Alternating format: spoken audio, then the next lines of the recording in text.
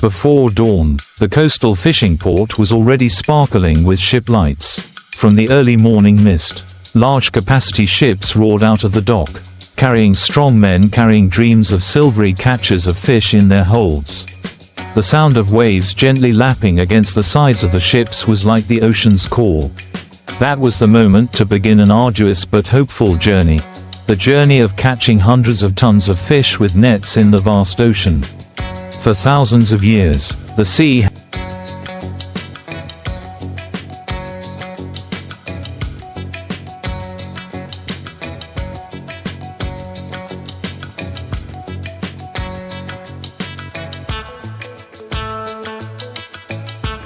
has nourished many generations, from the simple hand nets of our ancestors to the modern purse seine system of today. Fishing still retains its soul, dedication, perseverance, and a close bond with each wave. Each ship sets sail carrying a family, a fishing village, an economy tied to the rhythm of the sea.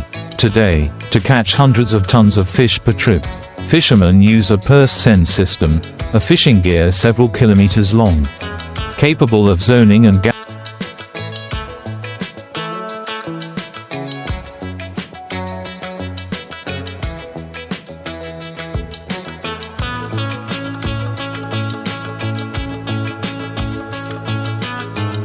gathering schools of fish like a giant trap. Floating buoys mark the perimeter of the net, while the bottom drawing system will close the school of fish when the time is right. Controlling the release and retrieval of the net is not just manual labor but an art, requiring an understanding of fish flows, tides, wind speeds and currents. On board, everyone coordinates smoothly. One person monitors the sonar signal to detect the school of fish.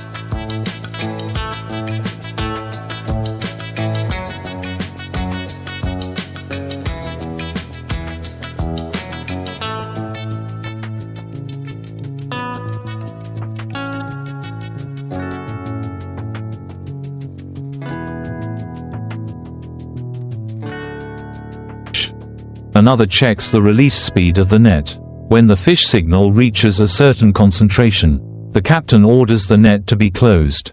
The net is slowly retracted, stretched like a sky net, holding hundreds of tons of fish inside.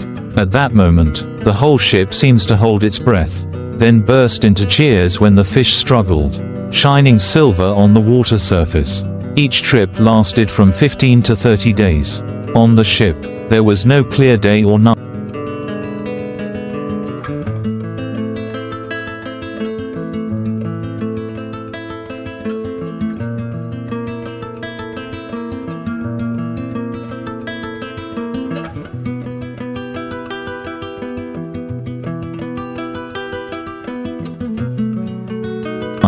Only shifts. Sometimes they pulled the net in the middle of the night.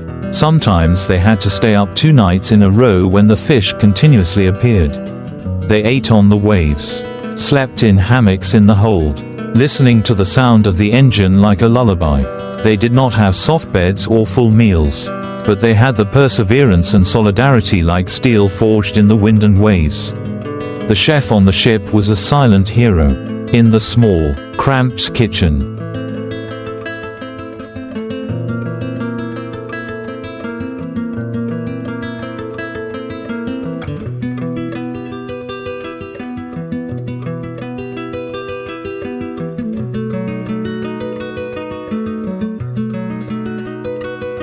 swaying with each wave, they prepared hot meals for the crew.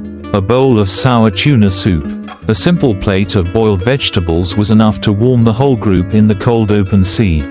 No trip was without rough seas. Sometimes while anchoring and dropping the net, a storm arose, waves 5 to 6 meters high. The ship shook violently, water flooded the deck, the sky and earth seemed to swirl, but no one left their position. Everyone held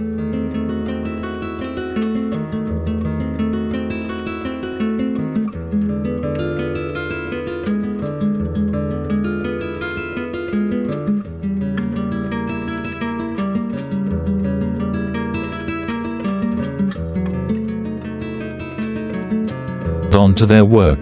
The mechanic clung to the engine compartment. The captain calculated the wind direction, and the crew on deck tightened each rope of the net.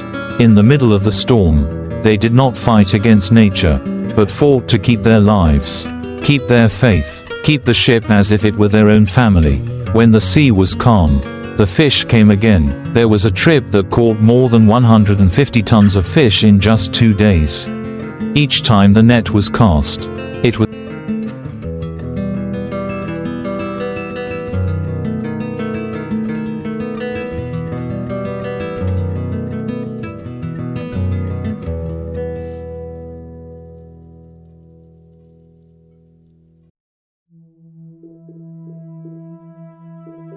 a time to watch for the golden moment. The buoys started moving, the nets retracted, and then the sea surface lit up with tens of thousands of sparkling fish. Mackerel, tuna, silver pomfret, layer by layer were pulled up to the deck. Some sorted them, some iced them, some transferred them to the cold storage. Every minute was as precious as gold. The cranes operated continuously. The fish collection line worked non-stop. One loading team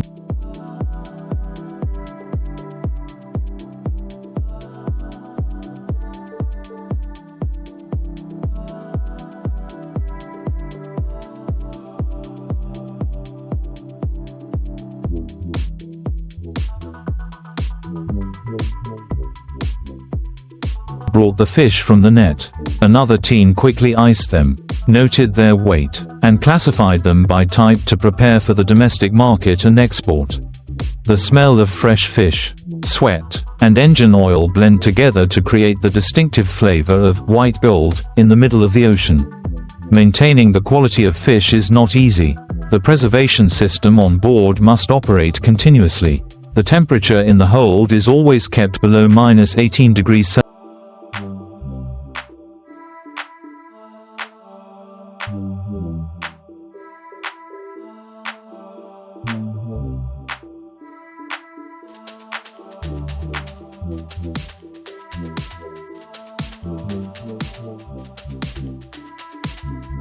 Celsius. Ice is crushed and spread evenly over each layer of fish. Beautiful fish are packed in separate trays. Some people spend all night just checking for melted ice, adding it in time, ensuring that no fish loses color or commercial value. Many fishermen learn from seafood preservation experts, applying the HACCP process right on board, from the net to the consumer. The journey of each fish is the result of a system of persistent and professional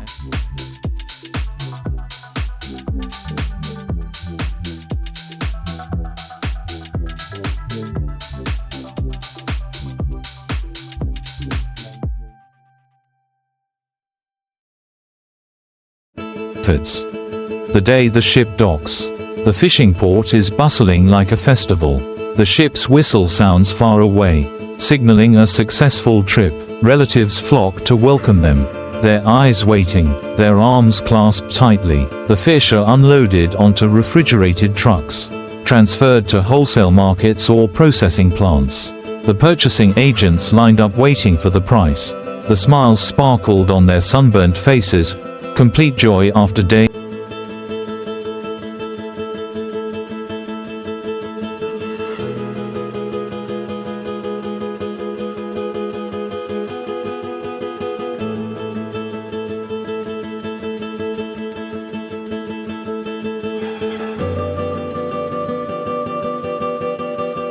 And nights at sea.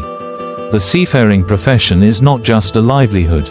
It is a mission. It is a deep love for the sea. It is a lasting memory passed down from generation to generation.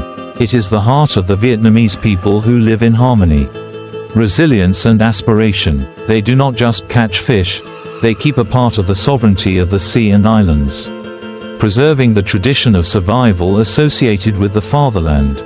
And so, tomorrow comes again, when the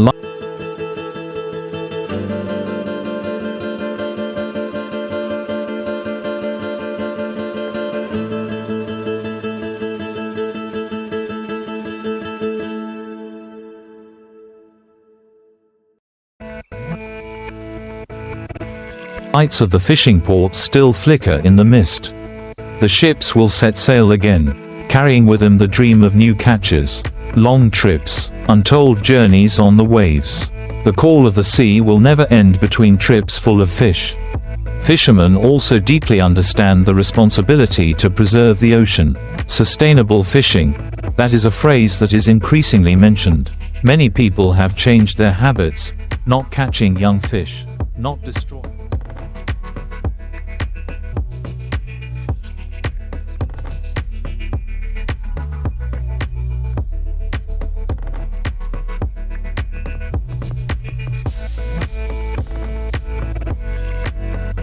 The seabed ecosystem, not using explosives or toxic chemicals.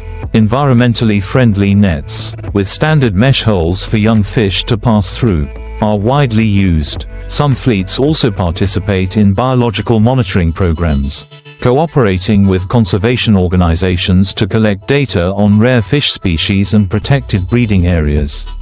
For them, each trip to sea is now not only a way to make a living, but also a journey to protect the source of life for their future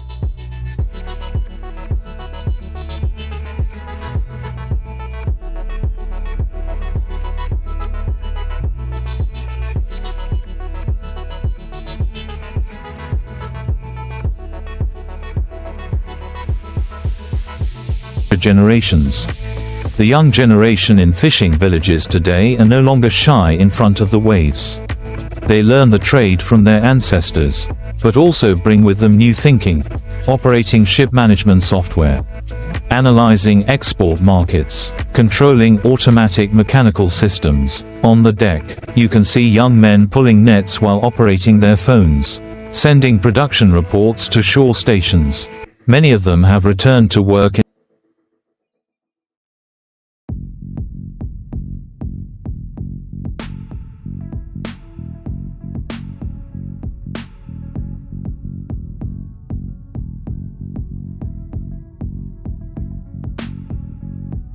in their hometowns after graduating from university, opening seafood businesses, and organizing closed distribution chains.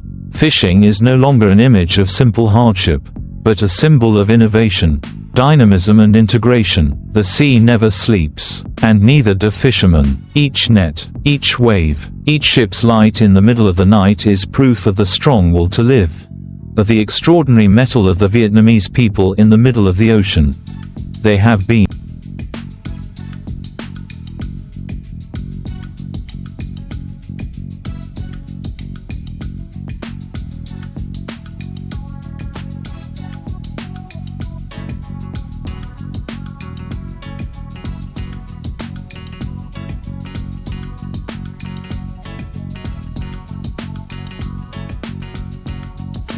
are and will continue to be the guardians of the source of life from the sea, building a sustainable green economy. When the south winds return, when the sun turns red on the horizon, each fleet of ships quietly leaves the dock. The dream of catching hundreds of tons of fish is not just a dream of gold and silver, but a dream of prosperity, stability and harmony with the waves of the homeland when the fishing season ends. Fishermen return to their villages. That is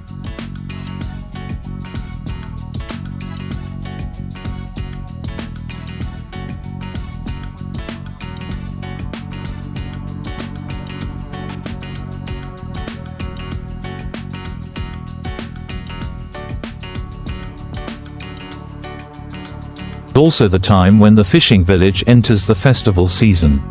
The fishing ceremony, the Ingin Ong festival, boat racing, opera singing, lion dance, are sacred cultural events, expressing gratitude to the sea and wishing for favorable weather for the new crop. Each boat is splendidly decorated. Each drum beat resounds like a wake-up call to the village soul. No one is absent, from the white-haired elderly to the infants. Everyone eagerly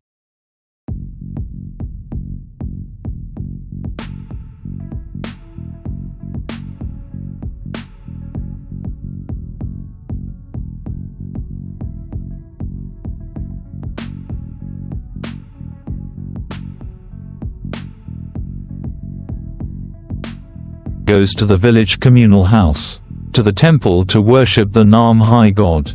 They believe that the abundance of fish is thanks to the blessing. And that belief, even though science has not been able to prove it, is still the sacred fire that warms the hearts of those who go to sea. Going to sea is not just about fishing. It is also a journey to affirm sovereignty. Vietnamese fishing boats have gone deep into the fishing grounds of Trong Sa and Hoang Sa, not only to make a living,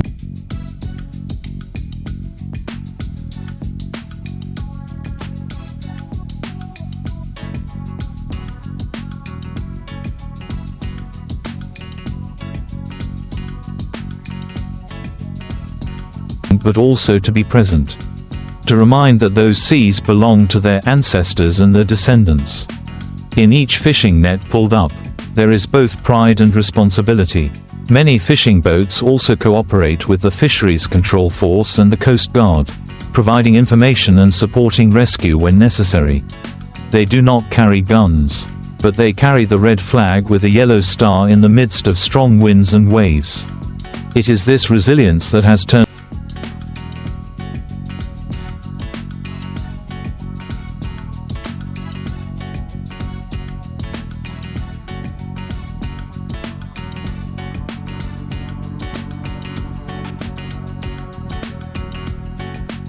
fishermen into living landmarks in the middle of the ocean. No two trips are the same. Each time we go out to sea, it is a new adventure. The sea can be calm, or it can be fierce. The fish can be abundant, or it can be sparse. But one thing remains the same, the spirit of the fisherman, not afraid of hardship. Not discouraged, always ready for challenges. And so, from generation to generation, the fishing profession continues. Each person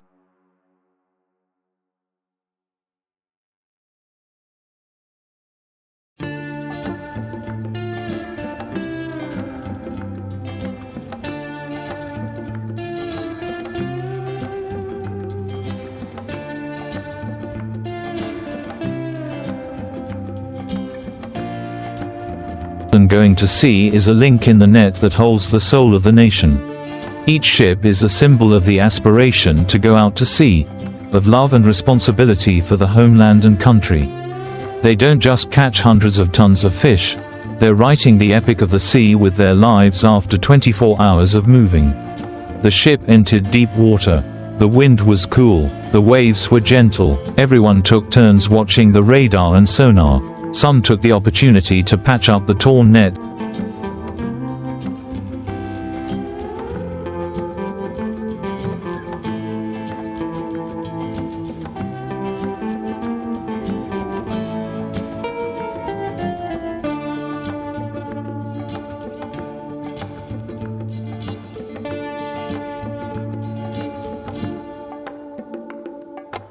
From the previous trip.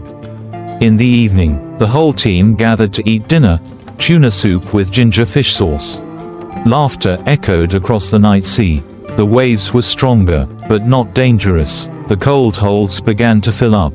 The fish were continuously classified, those for export, those for sale at the market, those that needed to be processed immediately. Each group divided themselves up to work day and night. Each person was like an indispensable link.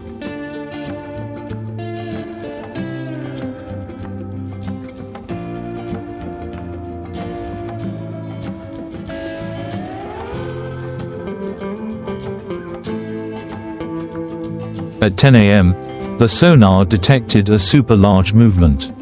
The boys were released immediately. Nearly 2.00 meters of net covered the ark.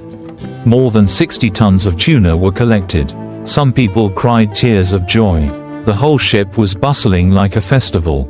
On board, the captain divided the work into groups: the fish washing group, the vacuuming group, the freezing group. The machines worked non-stop. Each fish was processed according to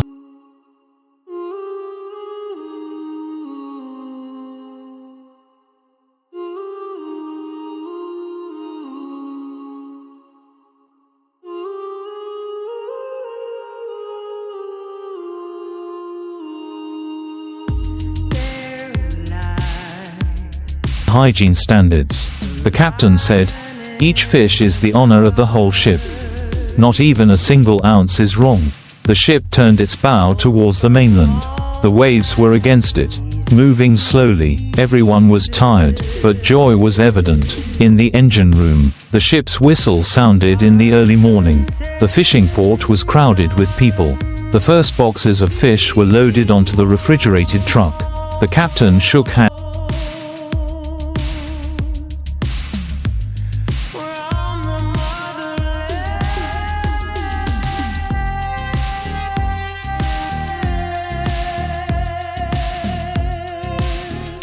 with each person. "You guys are doing great." Outside, the sunlight shone on the sunburned faces that were radiant with happiness. Preservation is more than just ice. It is a survival technique in offshore fishing. On board, each storage tank is a safe containing hundreds of millions of dong. The tanks are lined with insulating foam, and crushed ice is sprinkled like snow on each layer of fish. The person in charge of the ice tank must constantly check the temperature.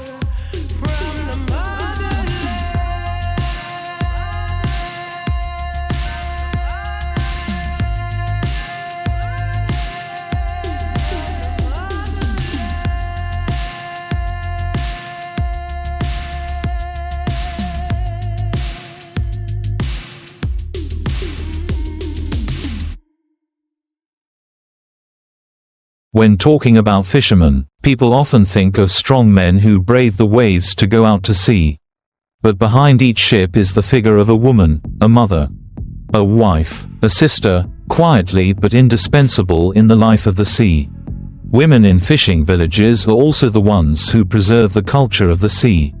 They pass on lullabies about fish and waves to their children. They maintain rituals, organize memorial services, sew ship flags and remind their children and grandchildren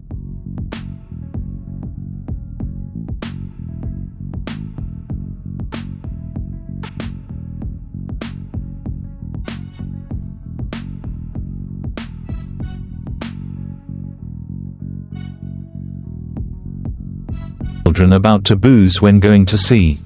Each wrapping cloth, cake package, leaf wrap sent to the ship contains not only feelings but also experiences and blessings. There are wives who have been attached to the sea all their lives only through seasons of waiting. Each time they send their husbands away, they do not know how long it will be, 10 days, 1 month, or an entire stormy sea season, but they still stand there, wrapping up their faith, waiting for the distant lights to return.